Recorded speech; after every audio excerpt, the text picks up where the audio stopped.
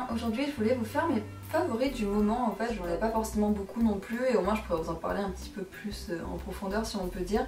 Donc pour les soins du visage, j'ai une nouvelle crème contour des yeux. En fait, c'est une crème de chez La Vera, c'est une crème bio qui est à l'extrait de perles et de caféine bio. Et en fait, c'est une crème pour illuminer en fait le dessous de l'œil et rafraîchir le regard. Illuminer le regard et retirer les traces de fatigue forcément.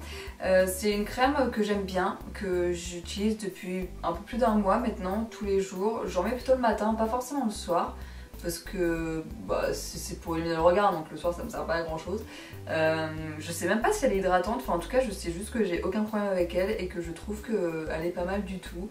Donc voilà, je vous la présente surtout parce que j'utilise régulièrement ces derniers temps et que pour moi je trouve qu'elle est plutôt efficace. J'ai vraiment l'impression d'avoir meilleure mine en ce moment, d'être mieux réveillée si on peut dire, pourtant c'est pas forcément le cas. Donc voilà, une petite crème sympathique. Là je reprends enfin soin de mes ongles et du coup pour leur donner un petit coup de boost parce que je me suis rendu compte que j'avais quand même les peaux assez sèches, genre les cuticules assez sèches et les peaux autour des ongles assez sèches, je me suis remise à utiliser une crème pour les mains que j'utilise tous les soirs, c'est à dire que tous les soirs avant d'aller au lit, d'ailleurs elle est à côté de mon lit comme ça je suis tranquille, j'en mets, donc je commence à appliquer une noisette en fait sur le dos de ma main, je frotte comme ça et après je répartis, j'en mets sur mes doigts etc. Et depuis que je fais ça j'ai remarqué que mes ongles avaient poussé beaucoup plus vite que d'habitude, j'ai remarqué, donc là je suis contente, ils poussent. Donc là je suis super contente, bien sûr je continue les soins à côté comme le Mavala scientifique etc. parce que sinon je ne fais pas ça, ça sert à rien. Mais par contre je pose la question de mettre de l'huile de ricin aussi parce que j'ai vu que c'était vachement bien pour les ongles. Et donc voilà, si vous avez testé l'huile de ricin pour les ongles, dites-le moi parce que j'en ai encore de toute façon, donc je me suis dit que ça pouvait être pas mal à faire. Donc voilà, n'hésitez pas à me conseiller sur ça si jamais vous avez testé. Ensuite c'est un produit pour les cheveux, donc depuis 1 an en fait je suis en quête de faire pousser mes cheveux et comme vous pouvez le voir en 1 an ils n'ont quasiment pas poussé. Enfin ils ont poussé mais comme je les ai coupés régulièrement parce que les pointes se cassaient, on avait l'impression qu'ils ne poussaient pas, là pourtant au vu des racines vous voyez qu'ils ont poussé. Puisque d'ailleurs je n'ai pas retouché à mes cheveux, enfin la couleur de mes cheveux je n'y ai pas retouché depuis 1 an.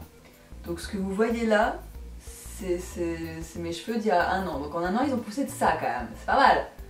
Hein, on va pas se mentir, c'est pas mal. Donc techniquement il devrait arriver là, ce qui n'est pas le cas. Du coup j'ai essayé d'adopter une routine pour les cheveux qui soit beaucoup plus saine.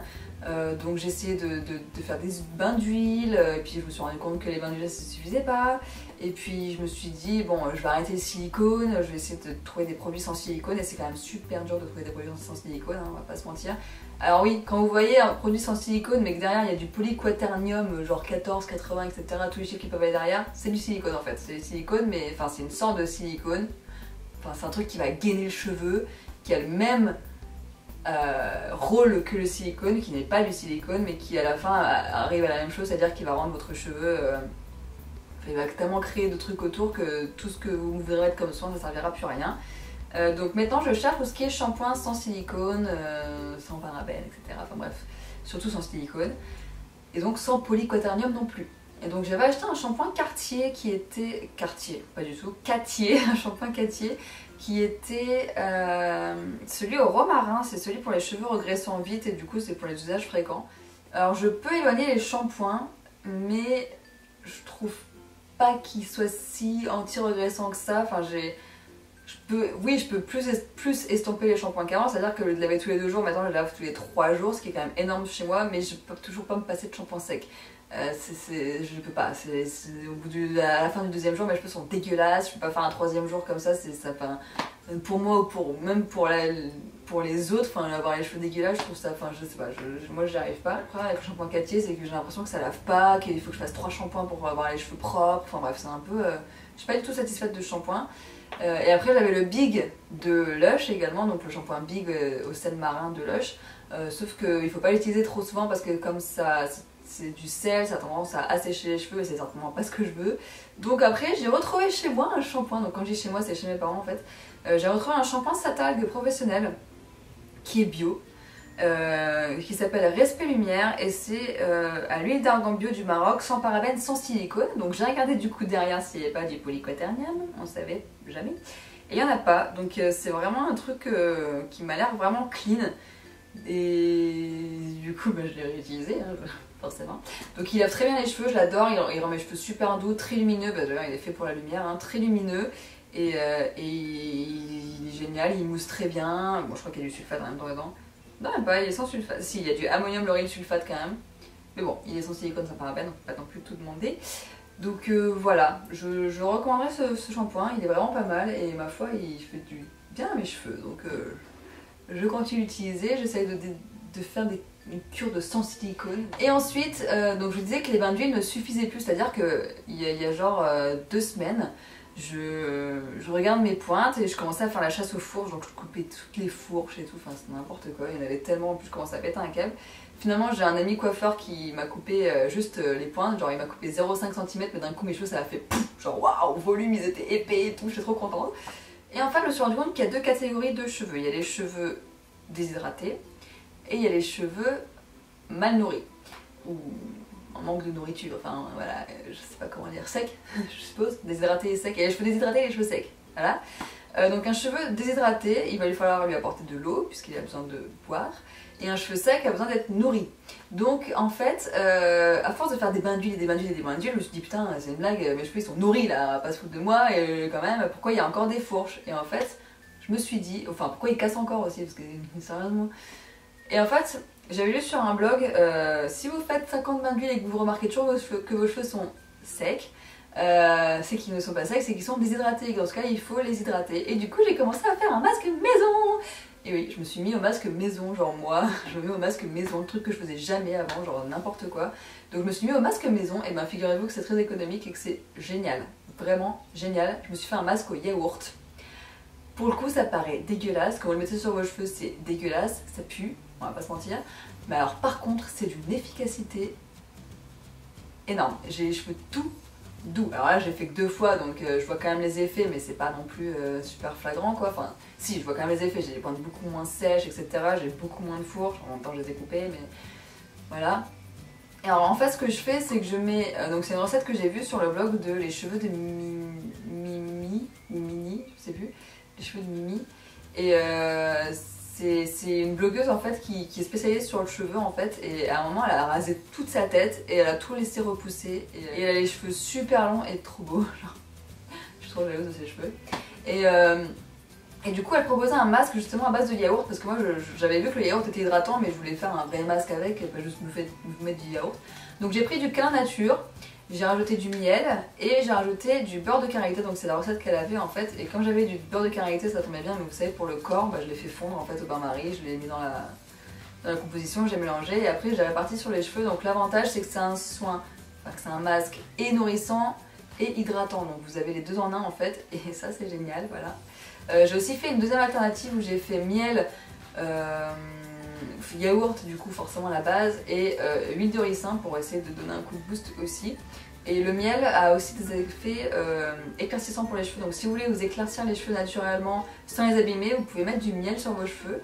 Et alors moi je sais pas si ça se remarquera à la caméra, mais j'ai remarqué que depuis que je fais ce masque en fait j'ai légèrement, mais vraiment très légèrement, éclairci des racines et j'ai des cheveux, enfin des reflets un peu plus dorés. Alors que moi vous savez que je suis cendrée, donc techniquement j'ai pas de reflets dorés, j'ai plutôt des reflets genre gris et ternes. Donc voilà, ce masque je le trouve génial, je laisse poser une demi-heure et après je lave mes cheveux et c'est nickel.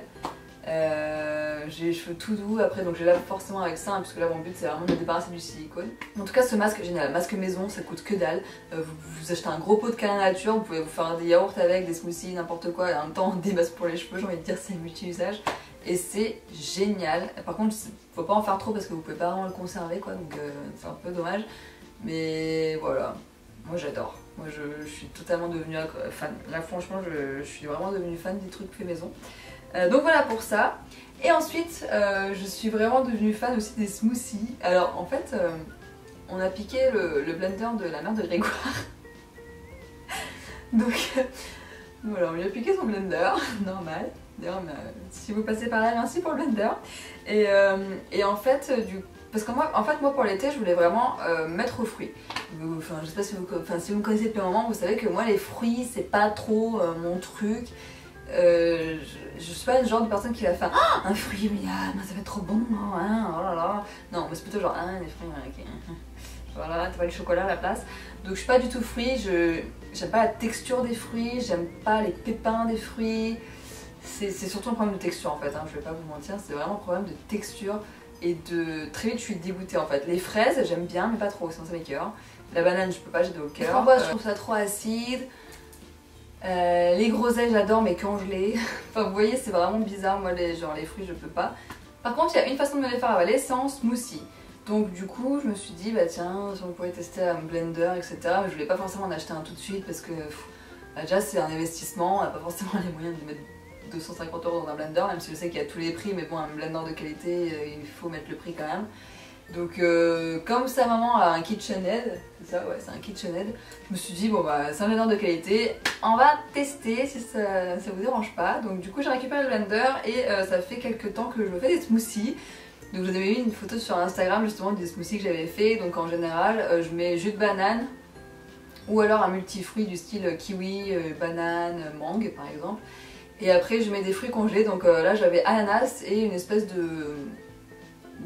d'assortiment de fruits rouges en fait.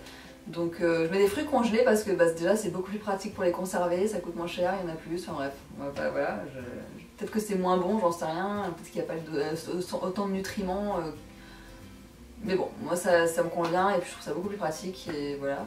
Donc, et j'ai rajouté aussi de l'eau de coco avec, puisque l'eau de coco c'est très bon pour la santé. C'est très bon pour la peau, c'est très bon pour les cheveux, voilà, l'eau de coco c'est génial. Et donc après je me fais mes smoothies et voilà, j'adore mes petits smoothies comme ça. Je suis trop contente parce que je suis genre super fière de manger des fruits, c'est tellement rare. J'ai trop l'impression d'être saine en fait. Bon écoutez, je mange McDo donc ça sert un peu à rien. Mais je me dis j'ai quand même un peu de trucs sains dans mon organisme. Il n'y a pas que du gras. Donc voilà. Bon, je vais pas dire que je mange sain parce que c'est le petit qui se fout de la charité là clairement. Clairement je suis tout sauf quelqu'un qui mange sain. Mais voilà, des petites touches comme ça, je me dis ça peut pas me faire de mal, ça reste des fruits, c'est voilà. Donc bon. Je trouve que ça sert à rien, mais bon. Après, moi j'aime bien le goût, enfin j'ai toujours aimé le goût quand même des fruits, enfin c'est juste leur texture qui me. Vous savez, je sais pas, ça me dégoûte un peu quoi. Et pour terminer, je vais aller vite sur celui-ci, c'est un truc, un Kikandle, un quoi? Un brûloir, je sais pas comment ça s'appelle, mince. J'avais le nom avant. Il y a le nom? Non, il n'y a pas le nom. C'est un petit truc pour brûler la cire, comme ça, je sais pas comment ça s'appelle. Enfin bref.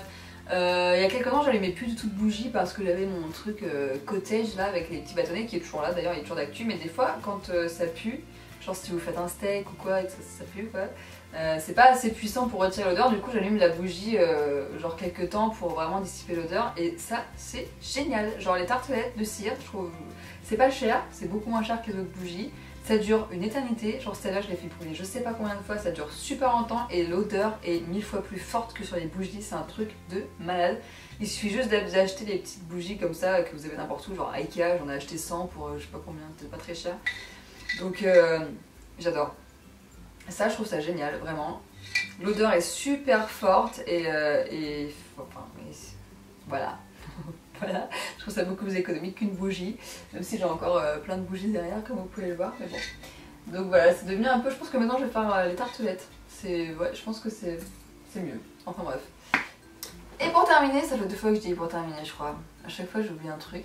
Je vais juste vous montrer quelque chose dont je vous ai parlé sur ma chaîne de vlog, c'est la box trotter, je sais pas si vous connaissez mais je vous invite fortement à aller voir le concept.